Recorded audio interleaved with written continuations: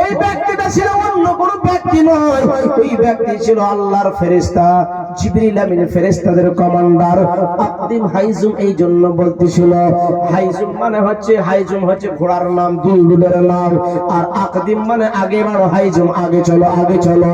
জিবরিল আমিন আগে আগে বাড়তে বলে ঘোড়াকে, আর যেন ধর থেকে মাথা আলাদা করে দেয় কাফেরদের। 1000 সৈন্য নবী মুস্তাফার সৈন্যকে পারেনি, নবী মুস্তাফা সাল্লাল্লাহু আলাইহি সাল্লামের সৈন্য যেন পরাজিত হয়ে গেল, জিতে গেল। জোরে বলুন সুবহানাল্লাহ। 1000 কোথায় আর 313 জন কোথায়? হ্যাঁ, ফেরেশতারা গাইড করলো, ফেরেশতারা সাহায্য করলো, আল্লাহর তরফ থেকে ফেরেশতারা এসেছে। যদি আমরা মুসলমানের মতো মুসলমান হই তা আল্লাহ সাহায্য করবে কি করবে না? হ্যাঁ, ছোট্ট ছোট্ট বাচ্চারা মনের আশা আকাঙ্ক্ষা যে আমরা শহীদ হব, এই বাচ্চাগুলা যখন যুদ্ধ করতেছিল, একটা ছেলে, বড় ছেলেটা যুদ্ধ করতে করতে শহীদ হয়ে গেল। সবাই বলে ইন্না লিল্লাহি ওয়া ইন্না ইলাইহি রাজিউন।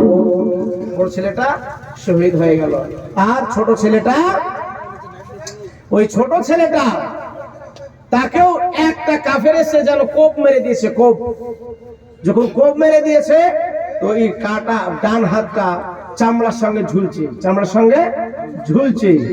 তো কি করবে? ওই কাটা হাতটা নবী মুস্তাফা দেখতেছেন, নবী মুস্তাফা দেখতেছেন। ছেলেটাকে ডাকার পরে নবী মুস্তাফা থুতু মুবারাকা মুখ থেকে বের করার পরে ওই কাটা হাতে লাগিয়ে দিয়ে আবার জয়েন করে দিল। জোরে বলুন সুবহানাল্লাহ। ওই কাটা হাতে দ্বিগুণ শক্তি পেয়ে গেল, আবার যুদ্ধ চলতে আরম্ভ করলো। আবার যুদ্ধ করতে করতে এক হাতে কোপ মেরে দিয়েছে, চামড়ার সঙ্গে হাত ঝুলছে। নবী মুস্তাফা দেখতেছে ওই কাটা হাতটাকে পায়ের তলে রেখে ছিঁড়ে ফেলে দিল। জোরে বলুন সুবহানাল্লাহ। অসুবিধা হচ্ছে বাচ্চা ছেলের ইমানি তেজ কাকে বলে দেখুন। আজ আমাদের মধ্যে আজকে তার ইমানি জোশ ছিল, যুদ্ধের ময়দানে ইসলামের জন্য ঝাঁপিয়ে পড়েছে, কিন্তু আমাদের সমাজে অনেক যুবকেরা থাকে যে আজকে এই জানুয়ারি মাসে বড় বড় মুখ বেঁধে নিয়ে যায় মাঠে গান বাজায়, রাত্রিকে রাত্রি জেগে। তো আজকে এই গ্রামের ছেলেরা যে একটা ভালো কাজ করেছে, এটা ভালো কাজ নাই? যদি গান বাজনা করতো গুনাহ হতো না নাকি হতো? হ্যাঁ, আবার এত বড় বড় বোতলও হইতো না? কি বলে বোতল গুলো, কি বলে? কিছু নাই, বিয়ারের বোতল। আমি বলে দিচ্ছি, আমি জানি।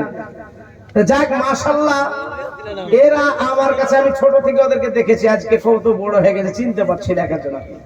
হ্যাঁ, বলছে হুজুর একটু আমরা গান বাজনা করতাম, এই গুনহার কাজ আর করবো না, ভালো কাজে নিয়োজিত হব। হুজুর একটু আপনাকে আসতে হবে। ঠিক আছে, আসবো ইনশাআল্লাহ। এসেছি ফরিদপুরের, এই ফরিদপুরের মানুষ আমাকে মহব্বত করে, আমি মহব্বত করি, তাই এখানে এসেছি নাকি? হ্যাঁ, আগামী তো ইনশাআল্লাহ হয়তো এর চাইতে বড় হবে। এই যুবকদের জন্য আমি দোয়া করি, এরা যেন ভালো কাজে, এরা যেন সারা জীবন নিয়োজিত থাকে, আর 5 ওয়াক্ত নামাজ পড়বে। হ্যাঁ, নামাজ পড়া হবে তো? হ্যাঁ, আর পেশাব ফিরে পানি দিয়ে। এই যে রাস্তার ধারে কিছু ছেলে, যুবক ছেলে বাজে, এটাও তোমরা ভালো ছেলে, পেশাব ফিরে পানি দাও। এই রাস্তার ধারে মোটরসাইকেল ঠেক লাগিয়ে মা বোনেরা আছে, বলতে লজ্জা লাগছে, হুস পাইপ বার কেটে একবারে পেশাব করে দিয়ে, একবার অর্ধেক পেশাব মাটিতে, অর্ধেক পেশাব প্যান্টে মেখে ছেড়ে ঘোরাঘুরি করলো। আচ্ছা বলেন তো, কি গুনাহ হবে না নাকি হবে? হ্যাঁ, কেমন গুনাহ হবে একটু শোনো। আল্লাহ রাসূল সাল্লাল্লাহু তাআলা আলাইহি সাল্লাম যেন রাস্তা দিয়ে সাহাবাদেরকে সঙ্গে করে চলছে। এই যুবকেরা শোনো, শোনো, শোনার পরে আমলে পরিণত করতে হবে। এক কান দিয়ে ঢোকালে আর এক কান দিয়ে বের করে দিলে হবে না। মৌলবি যা বলবি বলকান করেছি ঢোল বললে হবে না। বেরাতার নবী মুস্তাফা সাল্লাল্লাহু তাআলা আলাইহি ওয়াসাল্লাম যেন নিয়ে চলতেছে সাহাবাদেরকে সম্মুখে সঙ্গে করে নিয়ে সফরে চলতেছে, ইসলামের কাজে চলতেছে। যেতে যেতে একটা জায়গায় যেন 2টা কবর, আল্লাহ রাসূল বলছে সাহাবারা তোমরা শোনো, এই জায়গায় দুইটা পুরাতন কবর রয়েছে, পুরাতন কবর। ইয়া রাসূলুল্লাহ, ইয়া হাবিবাল্লাহ, হুজুর গো, আমরা শুনি নাই যে এইখানে দুইটা কবর আছে। আমার নবী বলেন ইন্নী আসমাউ মা লা তাসমাউন, আমি যাহা শুনতে পাই তোমরা শুনতে পাও না।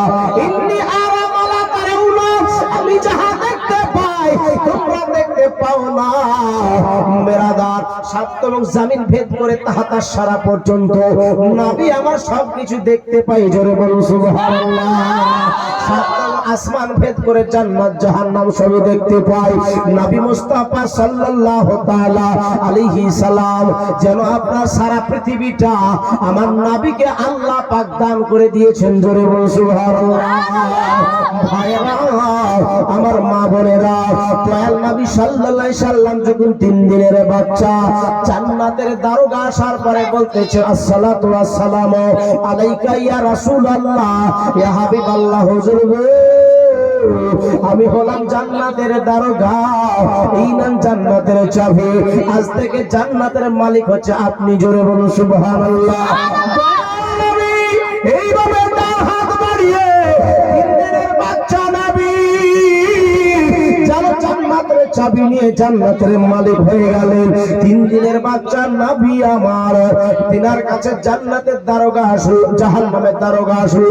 আসার পরে বলছে আসসালাতু ওয়াসসালামু আলাইকা ইয়া রাসূলুল্লাহ, ইয়া হাবিবাল্লাহ, হুজুর গো, এই নাম জাহান্নামের চাবি, আজ থেকে জাহান্নামের মালিক আপনি, যাকে ইচ্ছা জাহান্নাম জান্নাতে দিতে পারেন, জাহান্নাম থেকে তুলে নিয়ে জোরে বলুন সুবহানাল্লাহ। আমার নবী মুস্তাফা সাল্লাল্লাহু আলাইহি সাল্লাম আলা ইউহারিকু আলাকাল জান্নাহ, সর্বপ্রথম জান্নাতের শিকলি নাড়বে আমার নবী মুস্তাফা। জোরে বলুন সুবহানাল্লাহ। আমার নবীর আগে কোন ব্যক্তি জান্নাতে যাবে না গো, আমার নবী মুস্তাফা জান্নাতে আগে যাবে, জান্নাতের শিকলি আমার নবী আগে খুলবে। তারপরে আমরা হচ্ছি ওই নবীর উম্মত, আমরা ভাগ্যবান, আমাদের মতো ভাগ্যবান পৃথিবীতে কোন নবীর উম্মত হতে পারেনি। জোরে বলুন সুবহানাল্লাহ। নবীর উম্মত আমরা হতে পারে, সেই নবীর উম্মত হয়ে আমাদেরকে নবী মুস্তাফা নামিয়ে জান্নাতে যাবেন না। জোরে বলুন সুবহানাল্লাহ। আজকে এই যে জালসার ব্যবস্থা করেছে, এই জালসা করলে কি লাভ হয়, এই জালসা এইখানে আসলে কি লাভ হয়? একটা কিতাব পড়েছিলাম খুতবাতে আজমিরি, ওই কিতাবের মধ্যে লেখা আছে জালসা করলে কি হয়, এইখানে আসলে কি হয়। আল্লাহ পাক রব্বুল ইজ্জত কিয়ামতের দিনে একজন ব্যক্তিকে জান্নাতে দিবে, তাই আল্লাহ পাক বলে রে বান্দা, তোমার কাছে যদি একটা নেকি দেখাতে পারো তাহলে আমি তোমাকে জান্নাতে দিয়ে দিব। আল্লাহ পাককে ডাক দিয়ে বলে ওই বান্দা বলে আল্লাহ গো, একটা নেকি আমার কাছে নাই, আমি নেকির কাজ করি নাই, আপনার হুকুমকে মেনে চলতে পারি নাই। আল্লাহ, আমার আল্লাহ পাক বলে রে আমার বান্দা, পৃথিবীর মাঝে একই জায়গায় 10টা আলেম বসে আছে, ওই একই দস্তের খানায় 10টা আলেম বসে আছে, ওই আলেমের সঙ্গে কি তোমার খাওয়ার কোনো সৌভাগ্য জুটে নাই? আমার আল্লাহ পাক ওই বান্দা বলে আল্লাহ, এটা আমার নসিবে জুটে নাই। আলেমদের সঙ্গে খাওয়া, পান করা, আলেমদের চেহারা দেখা, এটা একটা ইবাদত। জোরে বলুন সুবহানাল্লাহ। ভাইরা আমার আল্লাহ পাক বলে এটাও জুটেনি, বলেন না না। বলে আচ্ছা বলো তো কোন জায়গায় জালসা জুলুসে গিয়েছে কিনা বলো, হাদিস কোরআনের কথা যেই জায়গাতে হয়েছে এই জায়গাতে গিয়েছে কিনা বলো। ওই বান্দাটা বলছে আল্লাহ এটাও আমার জুটে নাই, তবে আমার একটা বন্ধু ছিল, ইয়ার ছিল, দোস্ত ছিল, ওই বন্ধুটা পরহেজগার ছিল, 5 ওয়াক্ত নামাজি ছিল, হাদিস কোরআনের কথা শুনতে বড় ভালোবাসতো। ওই বন্ধুটা যখন জালসা জুলুসে যেত, যাওয়ার টাইমে আমাকে ডেকে ডেকে ডেকে ডেকে যেত, কিন্তু আমি যেতাম না। ভাই তুমি যাও, আমি যাব না। এই দেখেন বাবা, কিন্তু ওই লোকটা আসার পরে, ওই আমার বন্ধুটা আসার পরে বলতো বন্ধু রে, বন্ধু রে, তুমি জালসায় গেলে না, ওই জালসায় এত সুন্দর সুন্দর হাদিস কোরআনের কথা হয়েছে, ওই হাদিস কোরআনের কথাগুলা আমাকে আসার পরে শ্রবণ করাতো, ওই হাদিস কোরআনের কথাগুলা শুনতাম, মহব্বতে শুনতাম, ভালোবেসে আমি শুনতাম। এই জন্য আল্লাহ পাক ডাক দিয়ে বলে ওরে আমার বান্দা, ওই যে তোর বন্ধুর থেকে শুনতে এই জন্য আমি ওরসিলাতে আমি জান্নাত দিয়ে দিলাম। জোরে বলুন সুবহানাল্লাহ। যদি বন্ধুর মুখ থেকে শুনে পড়ে জান্নাতবাসী হয়ে যেতে পারে, আজকে এই জায়গাতে আমরা বসে হাদিস শোনার কথা শ্রবণ করে আজ জায়গাতে বসেছি, আল্লাহ চাইলে জান্নাত দিতে পারে কি পারে না? আল্লাহ পাক চাইলে পারে কি পারে না? পারে। এই জায়গাটা আজকে জান্নাতের রাস্তা তৈরি হতে পারে। মুস্তাফা সাল্লাল্লাহু আলাইহি সাল্লাম, জান্নাতের মালিক আমার নবী, জান্নাতের মালিক আমার নবী মুস্তাফা সাল্লাল্লাহু আলাইহি সাল্লাম জান্নাতে যাবে। আমরা শিশিরে বলবো আমরা জান্নাতে যাব। সুবহানাল্লাহ।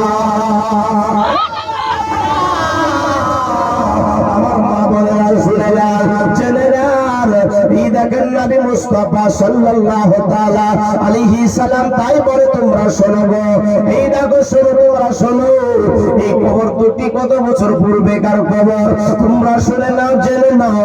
বলে একটা কবর হচ্ছে 1000 বছর পূর্বেকার কবর, 1000 বছর আগেকার কবর।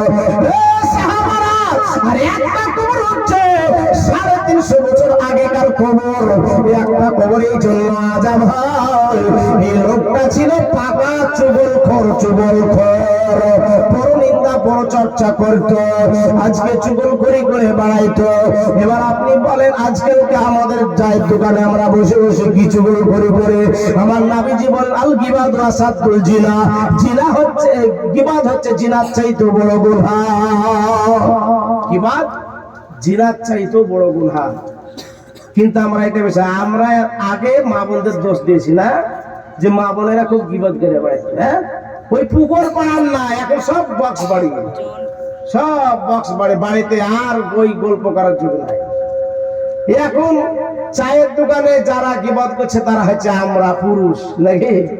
হ্যাঁ, আল গিবাদ আসাদুল জিনা, গিবাদ হচ্ছে জেনার চাইতে বড় গুনাহ, মারাত্মক গুনাহ। দ্বিতীয় কবর কি জন্য আযাব হয়? এই যুবক ভাইরা রেডি হও। দ্বিতীয় কবরে কি জন্য আযাব হয়? বলে এই ছেলেটা ছিল ছাগলের রাখাল।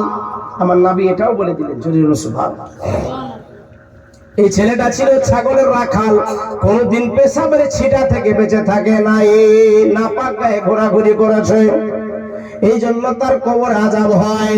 হে ভাইরা আমার, মা বোনেরা শুনে না, রাত্রি বেলা বাচ্চাদেরকে ছোট থেকে পেশাব ফেরে পাননি, তবে এই শিক্ষাটা দিয়ে দিয়ে মা বোনেরা আপনাদের কোলের এই বাচ্চাদের শিক্ষা, মা গুনে বিটি আর আটা গুনে রুটি, মায়েদের কোলে বাচ্চাদের শিক্ষা হয়। এই জন্য বাচ্চা থেকে শিক্ষা দিয়ে দিন, পেশাব ফিরে পানি নাও, তাহলে বড় হওয়ার পর ওইভাবে টাইট ফিটিং প্যান্ট পরে দাঁড়িয়ে দাঁড়িয়ে পেশাব করবে না। ভাইরা আমার নবী মুস্তাফা সরওয়ারে কায়নাত ফখরে মওজুদা সাল্লাল্লাহু আলাইহি সাল্লাম সাহাবাদেরকে বললেন তোমরা শোনো, খাজুরের ডাল ভেঙে নিয়ে আসো। খাজুরের ডাল ভেঙে নিয়ে আসার পরে দুই কবরে সিনা বরাবর গিয়ে দিলেন। সাহাবারা জ্বালতে চাইলেন, ইয়া রাসূলুল্লাহ কবরে কেন খাজুরের পাতা গাললেন?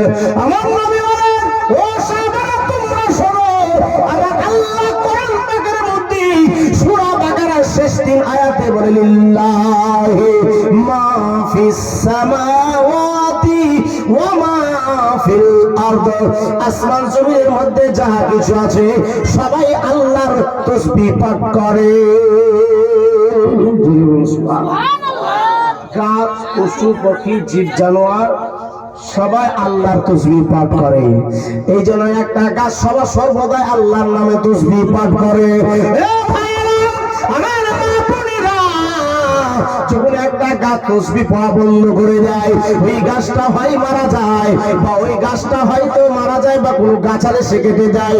যদি আল্লাহর নামে তাসবিহ বন্ধ করে দেয়, জোরে বলুন সুবহানাল্লাহ। এইখানে খাজুরের পাতা কেন প্রয়োগ করলেন আল্লাহ রাসূল? বেরাদার, এই খাজুরের পাতা বেশিক্ষণ জিন্দা থাকে, তাজা থাকে, এই জন্য খাজুরের পাতা আল্লাহ রাসূল প্রয়োগ করেছেন। সিনা বারাবার একখানা খাজুরের ডাল গায়া হচ্ছে নবীজির সুন্নাত, জোরে বলুন সুবহানাল্লাহ। আমরা আহলে সুন্নাত আল জামাতের মানুষ, এই জন্য কবরে খাজুরের পাতা দিই কিনা? দিই। তারপর 4 কোণায় ক্যাপাসিটি করে দিই, আর মাঝখানে মনে ভুলে যায় নাকি? হ্যাঁ, যাক হ্যাঁ আপনারা ভালো। এইদিকে ফুলপুরের দিকে একটা গ্রামে গেছিলাম, তো কি হয়েছে জানেন, ওই এই ঝাড়ু ঝাড়ু কি বলে ওটাকে, ঝাঁটালাই, এই বাঢ়ুন বলে, বাঢ়ুন নাকি, মাঝখানে বাঢ়ুন বলছে এক এনে খাজুর পাতা দেন, আমার দিকে দেয় না, অনেক পাগলার বেটা পাগলা। তোমার গ্রামে কি কোন মুন্সি ছিল নাকি, বলেনি এই কথা? আমি চালু করে দিয়েছি, তো আজ পর্যন্ত চলছে খাজুর। খাজুর পাতা দিলে কি লাভ হয় জানো? খাজুর পাতা দিলে তসবিহ পাঠ করবে, যতক্ষণ তসবিহ পাঠ করে কবরের আযাব হালকা হয়ে যায়। জোরে বলুন সুবহানাল্লাহ। এজন্য আমরা আহলে সুন্নাত ওয়াল জামাতের মানুষ যদি কবরে ফুল দিই, ফুল তাজা ফুল দিলে বলে এরা কবর পূজারী। জোরে বলুন নাউজুবিল্লাহ। তাজা ফুল দিলে ফুলগুলা যতক্ষণ তাজা থাকবে তসবিহ পাঠ করে, এইজন্য আমরা ফুল দিই কবরে। আর এই জন্য ফুলের গাছও লাগিয়ে দিই সবাই। আর তাজা যদি ঘাস থাকে, ঘাসও তসবিহ পাঠ করে। জোরে বলুন সুবহানাল্লাহ। কবরের আযাব হালকা হয়। মুআজ্জাজ মুকাররম, তাহলে এখান থেকে বুঝা গেল, শিক্ষা পেলেন যুবক ভাইয়েরা আমার, পেশাব ফিরে পানি নেবে, পেশাব ফিরে পানি নিতে হবে। আমার মহল্লায় একটা মানুষ মারা গেছে, তো পাশের বাইরে দাঁড়িয়ে আছে, তোরা এখানে দাঁড়িয়ে গেল রে, মাটি দিবি না, জানাজা পড়বি না? তো বলছি হুজুর শরীর ঠিক নাই, শরীর ঠিক নাই, এই জন্য জানাজা পড়া হবে না। তো জানাজা যদি না পড়া হয়, তোর মাটিটা চলবে, গোরস্থানের ভিতরে ঢোকা চলবে? মসজিদের হুকুম গোরস্থানের হুকুম এক।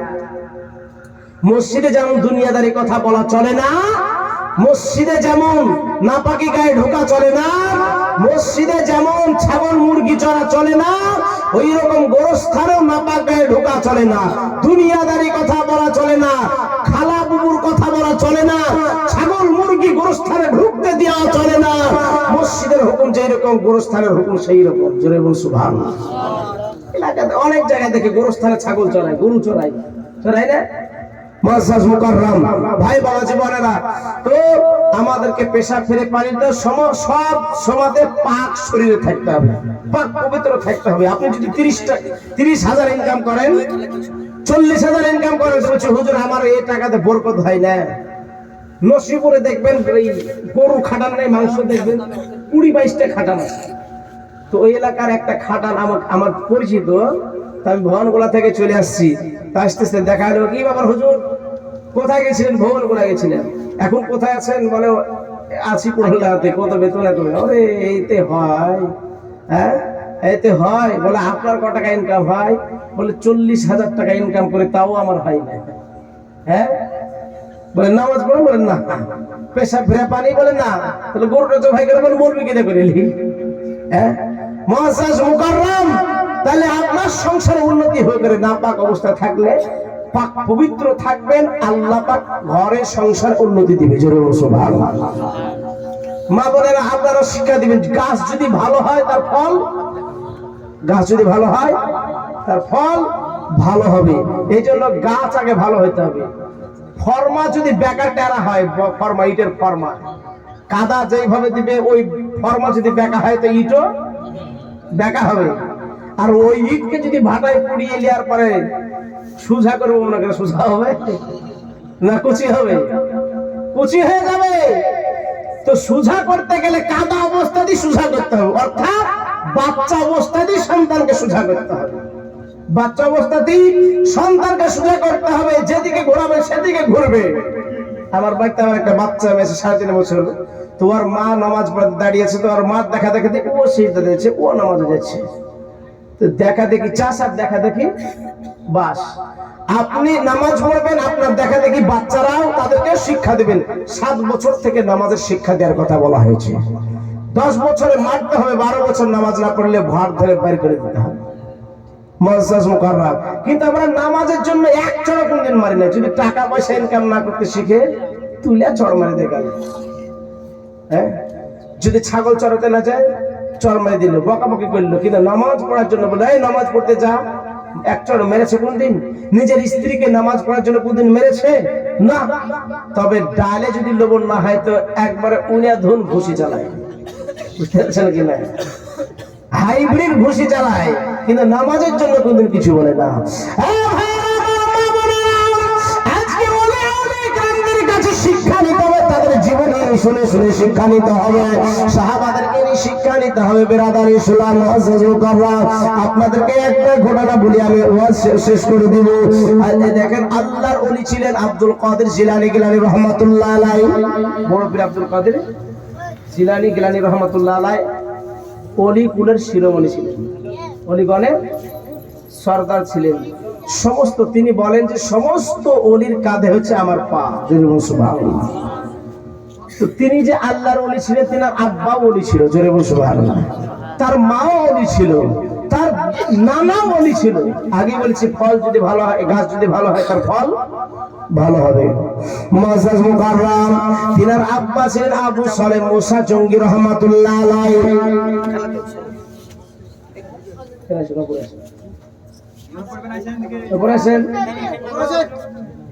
একবার দরুদ পড়ে আল্লাহুম্মা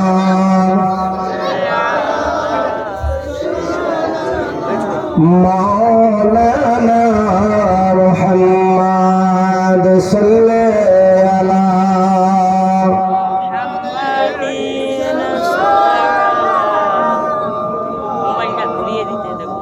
হরদম যাবান শুনে কালা পাক নামে মুহাম্মদ হরদম শফিয়ানা মুহাম্মদ সাল্লাল্লাহু আলাইহি সাল্লাম। আবু সালেহ মুসা জঙ্গি রহমাতুল্লাহ ঘটনাটা শুনেছেন, বলবো এই জন্য, জানুয়ারি মাস আসছে এই জন্য। আবু সালেহ মুসা জঙ্গি রহমাতুল্লাহ আলাইহি কত বড় আল্লাহর ওলি ছিলেন। রোজার মাসে সামনে রোজা আসছে, আর 3 মাস হয়তো টাইম আছে। আবু সালেহ মুসা জঙ্গি রহমাতুল্লাহ আলাইহি নদীর ধারে বসে আছেন, ইফতারি করব বলে পানি দিয়ে ইফতারি, খাবার কিছুই নাই। আমাদের খাবার অভাব আছে বাড়িতে, হ্যাঁ? আল্লাহ পাক আমাদের কত ভালোবাসে। রোজার মাসে যখন ইফতারির সম্মুখে নিয়ে বসি না, আল্লাহ পাক কত খুশি হয় ওই টাইমে। জোরে বলছো সুবহানাল্লাহ। ওই টাইমে যা দোয়া করবে দোয়া কবুল করবে। তাই বলে আবার কি হলো, তাই বলে আবার কোন খারাপ দোয়া করিয়েন না, নেক দোয়া করিয়েন। ওই টাইমে যেই দোয়া বলবেন সেই দোয়া আল্লাহ পাক কবুল করে নেয়। ফেরেশতাদেরকে ডেকে আমার আল্লাহ পাক অহংকার করে বলে, এই ফেরেশতারা তোমরা বলেছিলে প্রতিনিধি তৈরি করতে হবে না, মানব জাতিকে তৈরি করতে হবে না, মানব দেহে আমি যেটা দিয়েছি সেটা তোমাদেরকে দিইনি। মানব দেহে তারা খাবার খায়, পান করে, তাদের ভিতরে একটা খাহিশ দিয়েছি, তাদের ভিতরে একটা তামান্না দিয়েছি, ওই জিনিসগুলো তোমাদের মাঝে নাই। ফেরেশতারা খায়, ফেরেশতারা পান করে, ফেরেশতারা ঘুমায় না, ফেরেশতারা সমস্ত কিছু থেকে পাক। তাদের মাঝে একটা খাহিশ দিয়েছি, ওই জিনিসটা যদি তোমাদের মাঝেও দিতাম তোমরাও করতে। আল্লাহর ফেরেশতারা যেই টাইমে বলেছিলেন মানব জাতিকে তৈরি করতে হবে না, ওই টাইমে আল্লাহ পাক বলেছে তোমরা শোনো, তোমরা যে মানব জাতি তৈরি করতে নিষেধ করতেছো, তোমাদের মধ্যে যদি কেউ দুজন থাকো বলো কে যাবে, বলো বলো, তোমাদেরকে দুনিয়ার মাঝে পাঠিয়ে দিব, দেখবে তোমরা ওই কাজ করবে। যদি তোমরা ওই কাজ করো, শয়তানের প্রলোভনে পড়ে যাও, তোমরা কি শাস্তি নিবে বলো বলো। বলে আল্লাহ যে শাস্তি দিবা সে শাস্তি নিব। বলে যাও, ওর মধ্যে একটা খাহিশ দিয়ে দিল। ফেরেশতাটার নাম হচ্ছে হারুত আর মারুত। দুটো ফেরেশতা নাই, দেখবেন কোরআন শরীফ আছে হারুত আর মারুত, দুটো ফেরেশতা আছে। এই ফেরেশতা দুজনকে পৃথিবীর মাঝে পাঠিয়ে দিল। মানুষের মধ্যে যে খাহিশটা আছে, ওই খাহিশটা দেওয়ার পরে পৃথিবীর মাঝে বাবিল শহর নামক জায়গায়, ওই জায়গায় দুজনকে নামিয়ে দেওয়া হলো। তোমরা বিচার করবে, মানুষের বিচারক হিসাবে তাদেরকে পাঠানো, কাজী হিসাবে। পৃথিবীর মাঝে সবাই আসে, সুবিচার পেয়ে যায়, বিচার যেটাই করে মানুষ মেনে নেয়। এই করতে করতে একদিন একটা মহিলা, ওই মহিলাটার নাম ছিল জহুরা, মেয়েটার নাম ছিল জহুরা। মেয়েটা ছিল খ্রিস্টান ধর্মের মহিলা। বলছে আমার একটা বিচার করে দিতে হবে। বলে বিচার করে দিতে পারি, কিন্তু আমাদের সঙ্গে একটা কুকর্মে লিপ্ত হতে হবে, জেনায় লিপ্ত হতে হবে। বলে জেনায় লিপ্ত হতে পারি, কিন্তু কিছু আমার কথা মানতে হবে। কি কথা? এক হচ্ছে নাপাক জন্তুর মাংস খেতে হবে, অর্থাৎ শুয়োরের মাংস খেতে হবে। আর কি বলে মদ খেতে হবে, আর কি বলে মার্ডার করতে হবে, আমার সন্তান আমার স্বামীকে মার্ডার করতে হবে। এগুলো তো আল্লাহ সব হারাম করে পাঠিয়েছে, আমরা এগুলো মানবো না। বলে মানবে না তো তোমার সঙ্গে কুকর্মে লিপ্তও হবে না। কিন্তু শয়তানে যে ওয়াসওয়াসা দিতে আরম্ভ করলো, এক পরাজয়, লম্বা ঘটনা, এক পরাজয় তারা কথা মেনে নিল, মদ পান করালো, নেশাগ্রস্ত অবস্থাতে শুয়োরের মাংস খাওয়ালো তাদেরকে, অর্থাৎ মানুষের মাঝে যেটা আছে খাওয়া পান করা, ওদের মাঝেও দিয়ে পাঠিয়েছে ফেরেশতাদেরকে, তাও খেলো, মার্ডারও করলো। যখন হুশ ফিরে পেল, আর আরেকটা বিষয় বলে, তোমাদের যে ইসমে আজম পড়ে আসমানে উড়ে চলে যাও, এই ইসমে আজমটা শিখিয়ে দিতে হতো। নেশাগ্রস্ত অবস্থা ইসমে আজম তাকে বলে দিল, আর এই জোহরা একবার সাত করে আকাশে উড়ে চলে গেল। দেখো জোহরা নামক একটা তারা আছে, আছে না? তারা একটা আছে, ইসমে আজম পড়ে চলে গেল। এরা হুশ ফিরে বারবার আল্লাহ বলছে, তোরা আবার কি শাস্তি নিবি বল? ইমানেরা তো জানে জাহান্নামের কি শাস্তি, আর দুনিয়ার কি শাস্তি। এই দুনিয়ার শাস্তি সীমিত, কিছুই না জাহান্নামের কাছে। এই জাহান্নামের আগুনকে 70 বার ধুয়ে তারপর পৃথিবীতে পাঠানো হয়েছে। ওই জাহান্নামে যদি আগুনকে দেওয়া হয় তো ফুলের বাগান, আরামের বাগান তাই মনে হবে, এই আগুন কিছুই মনে হবে না। মুআজ্জাজ মুকাররম তারা জানে জাহান্নামের আগুনের কি অবস্থা। বলে আল্লাহ দুনিয়াতে শাস্তি দেব, দুনিয়াতে দিয়ে দাও।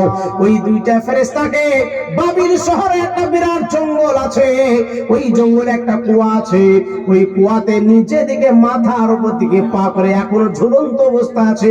কিয়ামত পর্যন্ত দুই ফেরেশতা উপর দিকে পা, নিচে দিকে মাথা করে থাকবে, কিয়ামত পর্যন্ত থাকবে। চিন্তা করেছেন ব্রাদার ইসলাম? তো আমরা কত ভাগ্য, আমাদের মাঝে যে জিনিসটা খাইসটা আছে, আল্লাহর ভয়, আল্লাহর ডরে পাপ করার পরেও যদি আল্লাহর দরবারে দুহাত তুলে ক্রন্দন করে আল্লাহ পাক পাহাড় সম পরিমাণ গুনাহ থাকলে আল্লাহ ক্ষমা করে দিবে। জোরে বলুন সুবহানাল্লাহ। মুআজ্জাজ মুকাররম বলতেছিল, আবু সালেম মুসা জঙ্গি যেন বসে বসে চিন্তা করছে, ইফতারের টাইম হয়ে ইফতারি করবো। এই দেখেন এমন অবস্থায় পানির স্রোতে যেন একটা সেব আপেল ভেসে যাচ্ছিল, ওই আপেলটাকে যেন কুড়িয়ে খেয়ে নিল। এক কামড় দু কামড় মেরে দিয়েছে, মেরে দেওয়ার পরে আল্লাহর ভয়ে যেন ডরে ডরে কাঁপতেছে, আল্লাহ গো এই বাগানের মালিককে, এই ফলের মালিককে আমি খেয়ে নিলাম, আল্লাহকে আমাদের দিনে এই তো আমাকে হিসাব দিতে হবে। বেরাদার, এই দেখেন সমুদ্র ধার দিয়ে হাঁটতে আরম্ভ করলো, নদীর ধার ধার। কদিন হাঁটলেন? 3 দিন। জোরে বলুন সুবহানাল্লাহ। আমরা হলে পরে বাপরে পরের বাগানে পেয়েছি আম, ব্যাগ ভর্তি করে ঝড়ের টাইমে বাড়ি কি হবে? আচার, আচার খাবে, হারামের জিনিস মিষ্টি না।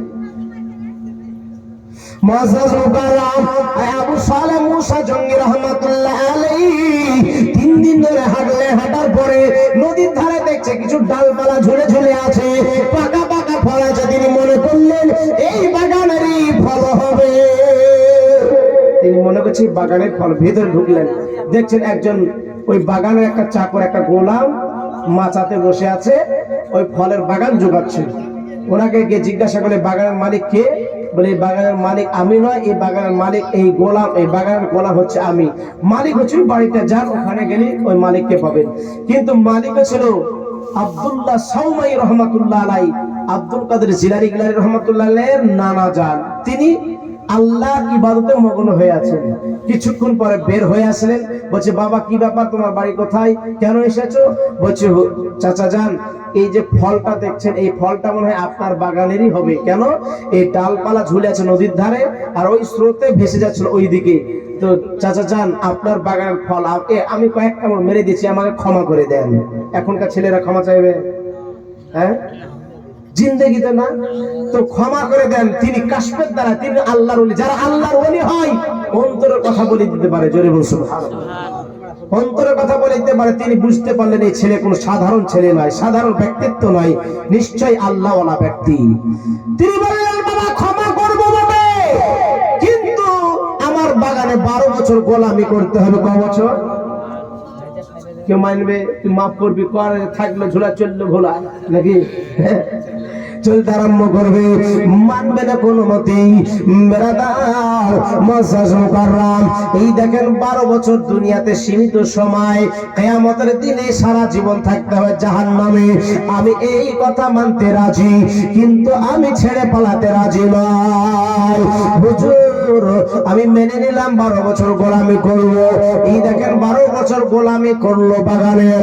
শুধু গোলামি নয়, বাগান দেখভাল করে না, তার সঙ্গে সঙ্গে সঙ্গে সঙ্গে কিছু যেন তাসাউ করে শিক্ষা নিলেন, মারিফাতের জ্ঞান নিলেন, মাদ্রাসার মতো শিক্ষা নিলেন। জোরে বলুন সুবহানাল্লাহ। যেই জ্ঞান মাদ্রাসা পড়ে পাওয়া যায় না, মারিফতের জ্ঞান গোপন, তাসাউফের জ্ঞান, হাদিস কোরআনের জ্ঞান চর্চা তিনার কাছ থেকে নিলেন। উনিও আল্লাহর ওলি। 12 বছর গোলামি করেছে বটে, কিন্তু চাপের কাজ দেননি ওনাকে। কোন চাপের কাজ নিজে কোনদিন বলেননি, হুকুম করেনি। জোরে বলুন সুবহানাল্লাহ। কোনদিন গোলামি করেছে বটে, কিন্তু হুকুম করেননি কোনদিন, কাজের চাপ দেননি কোনদিন। যা ইচ্ছা যেটুকু তাই করেছে, বরঞ্চ একটু নিষেধ করেছেন। 12 বছর রাখার উদ্দেশ্য একটাই, ওনার বাড়িতে একটা মেয়ে ছিল। জোরে বলুন সুবহানাল্লাহ। মানে বিয়ের বয়স হয়নি, অল্প বয়সে তার বিয়ে দেওয়া যায় না, এই জন্য তাকে রুকে দাঁড়িয়েছে যে বিয়ের বয়স হলে বিয়ে দিয়ে দেবো। মুআজ্জাজ মুকাররম 12 বছর হলো, বলছে চাচা এবার ক্ষমা করে দেন। বলে ক্ষমা করব বটে, কিন্তু একটা আমার কথা মানতে হবে যে 12 বছর গোলামি করলাম আর বাগানে, কেমন গোলামি করলে একটু আমি টেস্ট করতে চাই।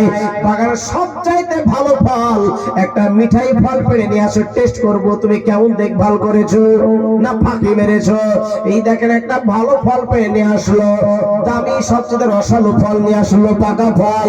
এইদিকে আব্দুল্লাহ শাওবাই রাহমাতুল্লাহ আলাইহি আল্লাহর দরবারে দোয়া করে, আল্লাহ ওই ছেলেটা যতই ভালো ফল নিয়ে আসুক না কেন, ফলটা যেন ভালো না হয়, ফলটা যেন টক হয়ে যায়। জোরে বলুন সুবহানাল্লাহ। আল্লাহর ওলি দোয়া করলে দোয়া কবুল হবে কিনা? সবচেয়ে ভালো ফল পেয়ে নিয়েছিল, কিন্তু ফলটা হয়ে গেল টক। ফলটা হয়ে গেল টক। বলে তুমি কি দেখভাল করেছো আমার বাগানের, হ্যাঁ, যে ফলটা টক? বলে চাচা ফলটা তো ভালোই নিয়েছিলাম, মিঠা ফল, আমার জানা শোনা যে ফল এরকম মিষ্টি হয়। বলে খেয়ে দেখো তো টক, বাস্তবে টক। তাহলে তো তুমি আমার বাগান দেখভাল করো না, আসলে একটা বাহানা। এটা জোরে বলছো এটা বাহানা, ওনার মেয়ের সঙ্গে বিয়ে দিবে তাই। বলে বাবা ক্ষমা করব, কিন্তু আমার মেয়েকে বিয়ে করতে হবে। মেয়েকে বিয়ে করতে হবে, কিন্তু খুলে সব বলাই ভালো। কি? আমার মেয়েটা হচ্ছে একবারে কালো মিচমিচে, আমার মেয়েটা চোখে অন্ধ, মুখে বোবা, কানে ঠসা, পায়ে খোড়া, হাতে খোড়া। কেউ বিয়ে করবে এরকম? যুবকেরা কে করবে? বাপরে, বিয়ে দেখতে দেখতে 3 জোড়া চটি ছেড়ে 1 জোড়া, হ্যাঁ, তাও পছন্দ হয় না। তো বলছে আমি রাজি, মিয়া বিবি রাজি, তো क्या करेगा काजी। হ্যাঁ, দেখা যায় কলেজে পড়ছে, ভিতর ভিতর বিয়ে করেই গেছে। হ্যাঁ, এরকম ঘটনা আছে। কিন্তু কেন আপনার শুনলে মজা পাবেন, কি মজা পাবেন দেখুন। এই দেখেন রাজি হয়ে গেল, কাজী ডেকে বিয়ে পড়িয়ে দেওয়া হলো। বিয়ে পড়িয়ে দেওয়ার পরে বলে বাবা বাসর ঘরে যাও। বাসর ঘরে যাওয়ার পরে চোখে কানা বলেছে, মুখে বোবা, হাতে খোড়া, পায়ে খোড়া। বেরাদার যাওয়ার পরে সালাম দিলেন, আসসালামু আলাইকুম ইয়া হালাল মাইয়িত, কে আছো ঘরে? তাকে সালাম, ওয়া আলাইকুম আসসালাম। সালামের উত্তর চলে আসলো। নিজের স্ত্রীকে সালাম দিতে শুনতে পাক নাহি না পাক, আমি সালাম দিই বাড়িতে, ওরে বাপরে, সালাম দিতে লজ্জা লাগে সালাম দিতে। জানেন সালাম মানে দোয়া আদান প্রদান করা। জোরে বলুন সুবহানাল্লাহ। আসসালামু আলাইকুম, আল্লাহর তরফ থেকে তোমার উপর গতি রহমত নজুল হোক। ওয়া আলাইকুম আসসালাম, তোমার উপর আল্লাহর রহমত নজুল হোক। জোরে বলুন সুবহানাল্লাহ। সালাম এক মুসলমান আর এক মুসলমানকে দেখলে সালাম দিতে হবে। মুআজ্জাজ মুকাররম, কোন বাড়িতে ঢুকলেও আপনাকে সালাম দিয়ে ঢুকতে হবে। তাই বলে বলেন না আছো হে ভাই, আর কেউ কেউ ঢুকে বাড়িতে ভাবি আছো নাকি, হ্যাঁ, সালাম দেয়। ও ভাবি বলে ঢুকে পড়ছে বাড়িতে, ভাই বলে ঢুকে পড়ছে বাড়িতে। কোন অবস্থায় কি অবস্থা আছে দেখতে হবে না ওকে। তাহলে সালাম দিলে ও তৈরি হতে, তাহলে কোনো যদি খারাপ অবস্থায় থাকে তো তাকে তো রেডি হতে হবে। এই জন্য বাড়িতে ঢুকবেন তখন সালাম দিবেন। সালাম দেওয়া হচ্ছে সুন্নাত, তার উত্তর দেওয়া হচ্ছে ওয়াজিব। ভাইরা সালাম যেমন দেওয়া আলাইকুম সালাম বলেছে, আর যেন তার মাথায় টনক পড়ে গেছে, আহারে আমার বিবি হবে অন্ধ, মুখে হবে বোবা, আর পায়ে হবে খোড়া, দেখছি আমার স্ত্রী সালামের উত্তর দিচ্ছে, আবার দাঁড়িয়ে আমার সম্মানে দাঁড়িয়ে গিয়েছে, এক গ্লাস হাতে শরবত রয়েছে, বলছে এই স্ত্রী আমার হতে পারে না। দ্রুত গতিতে বাড়ি থেকে বের হয়ে চলে এসেছে, বলছে চাচা কার মেয়েকে ঢুকিয়ে দিয়েছেন আমার বাসর ঘরে, আপনার মেয়ে কোথায়? বলে ওটাই তো আমার মেয়ে। তা কি করে হয়? আপনি বলেছেন কালো মিচমিচে মেয়ে, কানে ঠসা, চোখে কানা, মুখে বোবা, এই কথাও বলতেছে। বলে আমি যেটা বলেছি ওটাই সত্য, ওটাও সত্য, আর তুমি যেটা দেখেছো সেটাও সত্য। একেবারে যেন মনে হচ্ছে ঘর গোটা আলো করে দিয়েছে, এত সুন্দরী মহিলা। জোরে সুবহানাল্লাহ। বলে এই জন্য আমি কালো বলেছি, জিন্দেগি তো আমার মেয়ের চেহারা কোনদিন কোন পরপুরুষে দেখেনি। জোরে সুবহানাল্লাহ। আর এখনকার মহিলারা যদি একটা জালসাতে পায়, ও জালসা বলে মা জালসা শুনতে যাচ্ছে, জালসা না ঘোড়ার ডিম শুনতে যায়, ডাহা মিথ্যা কথা বলে, তাই না? ছেলেরাও বলছে জি বাপ মা জালসা শুনতে গেলাম, কিন্তু দেখে জালসা শুনতে যে ওই মেলায় মেলায় ঠেলা খেয়ে বেড়াচ্ছে। হ্যাঁ, যোগ ছেলেরা ছুরির পেছে বেড়াচ্ছে, ছুরিরে যোগ ছেলের পেছে বেড়াচ্ছে। হ্যাঁ, একবারে মেলাতে ঠেলা খেয়ে বেড়াচ্ছে, ডাহা মিথ্যা কথা বলে না বাড়িতে। জালসা শুনবো বলে যদি যাই তো জালসা তালাতে বুঝতে হবে, নাহলে গুনাহগার হবে। মুআজ্জাজ মুকাররাম, একটা মেয়ে ছেলে যে কত সাজগুজ আছে জানেন না? এই চোখে কয় রকম যে রং দেয়, আসকারা মাস্কারা ফাস্কারা কি দেয়, আর ঠুটে এমন করে লাল লিপস্টিক ঢেলে দেয়। হ্যাঁ, একবারে ওয়াচ চাইতে এই বিড়ালের, কালো বিড়ালের গুমা খাওয়া অনেক ভালো। হ্যাঁ, মেয়ে ছেলে, একটা মেয়ে ছেলে যখন সেজে গুজে রাস্তায় বের হয় তো আল্লাহর লানত পড়তে থাকে, আল্লাহর লানত পড়ে। এই শয়তান আর চেহারাকে আরো দ্বিগুণ করে দেয়, চেহারাকে জানে আকাশ হোসেন বাতাস খাতুনের দিকে তাকায় ঘুরে ঘুরে। হ্যাঁ ব্রাদার ইসলাম, আর কিছু ছেলেও আছে মুড়ে বসে, এটা কার জিনিস, কার মেয়ে রে, এখন জিনিস চলে গেল, খুব মজা পায়। বাপরে, ওটা যদি তোমার বহিন হতো কি হতো নাকি, তোমার স্ত্রী যদি হতো, তোমার মা যদি হতো কেমন লাগতো? ভাইরা কখনো এটা মনে করবে না, ভুল ক্রমে চোখ পড়ে গেল, ক্ষমা আছে, দ্বিতীয়বার ঘুরে তাকানোর চেষ্টা করিয়েন না, দুইবারও যদি চোখ পড়ে যায় তিনবারের বেলায় আর কিন্তু তাকায়েন না। অন্তরে, এই অন্তরে খারাপ নিয়ত করিয়েন না, ওটা আমার মা, ওটা আমার বোন ভাবিয়ে, তাহলে গুনাহ হবে না। চোখের না হলে চোখের জেনা হয়ে যাবে। আমার মা বোনেরা, কিয়ামতের দিনে যেন আপনার মুখে যেন আপনার মোহর মেরে দেওয়া হবে, খাতামাল্লাহু আলা কুলুবিহিম, মুখে মোহর মেরে দেওয়া হবে। অঙ্গ প্রত্যঙ্গতে কথা বলবে, জোরে বলুন সুবহানাল্লাহ। চোখ কথা বলবে যে আমার দ্বারা এই গুনাহ করেছে, অমুকের মেয়েকে দেখেছে, মজা লুটেছে, কানে খারাপ জিনিস শুনেছে, গান বাজনা শুনেছে। এখানকার ছেলেটা ভালো, আজকে গান বাজনা বাদ দিয়ে জালসা শোনাচ্ছে নাকি? ব্রাদার ইসলাম, এই কানে যারা গান বাজনা শুনে, যারা গান বাজনা শুনে, তাদের কানে জাহান্নামের সীসা গলিয়ে ভরে দেওয়া হবে। জোরে বল নাউজুবিল্লাহ। ব্রাদার ইসলাম, মুআজ্জাজ মুকাররাম, কান সাক্ষী দিবে, হাত সাক্ষী দিবে। হে যুবক ভাইরা, হাতে মোবাইল আছে ভালো কথা, কিন্তু নেকের ছবি দেখে না, দেখিও না। আপনার রাত্রি, শীতের রাত্রিতে মুখ মুড়ি গেলে ল্যাপ মুড়ি দিয়ে শুয়ার পরে কত সুন্দর গান নাচনা দেখতেছে, আর কত যেন নেকের ছবি দেখার পরে যেন হস্তমৈথুন করে ফেলছে। ও ভাইরা, আমার যুবকেরা, হস্তমৈথুন কাকে বলে আকার ইঙ্গিতে বুঝেলা। কিয়ামতের দিনে কিছু যুবককে দেখা যাবে হাতের তালু থেকে বাচ্চা হবে, জোরে বল নাউজুবিল্লাহ। এই হাতের তালু থেকে বাচ্চা হবে, হাতের তালু। মা বোনেরা যে এইরকম যেন গর্ভবতী হলে বোঝা যায়, এইরকম ভাবে হাতের তালুতে গর্ভবতী হবে। কিয়ামতের দিনে সারা পৃথিবীর মানুষ থাকবে, সবাই দেখতে পাবে, সেদিন সবাইকে সবার সম্মুখে তার হাতের তালু থেকে বাচ্চা হবে, কত কষ্ট পাবে, চিৎকার মেরে কান্না করবে। হে ভাইরা, এখনো সময় আছে, তওবা করো। দুনিয়াতেও খারাপই, দুনিয়াতেও খারাপই। আমরা দুনিয়াতে থাকতে থাকতে মোবাইল দেখে হস্তমৈথুন করে নিজের যৌবনটাকে ক্ষয় করে ফেলি। আর দেখা যাচ্ছে 2 ছেলে 3 ছেলের মা যখন হয় তখনই পালিয়ে যায় গ্রাম ছেড়ে। পালিয়ে যায় না? আপনাদের এলাকায় যায় না, অন্য এলাকার মেয়ে যারা যায়।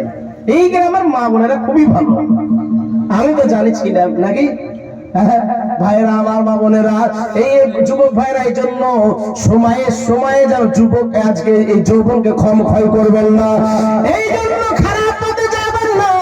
আমার দয়াল নবী সাল্লাল্লাহু আলাইহি সাল্লাম আজকে যুবকদেরকে নিয়ে কত গর্ব করতেন। এই কিয়ামতের দিনে কেউ পুরোপুরি জান্নাতে যাবে না, একেবারে টাটকা 33 বছরের যুবক যুবতী হয়ে জান্নাতে যাবে। জোরে বলুন সুবহানাল্লাহ। ভাইরা, আমার মা বোনেরা, পর্দায় থাকবেন, আদাইসুল ইয়াদখুলুল জান্নাহ।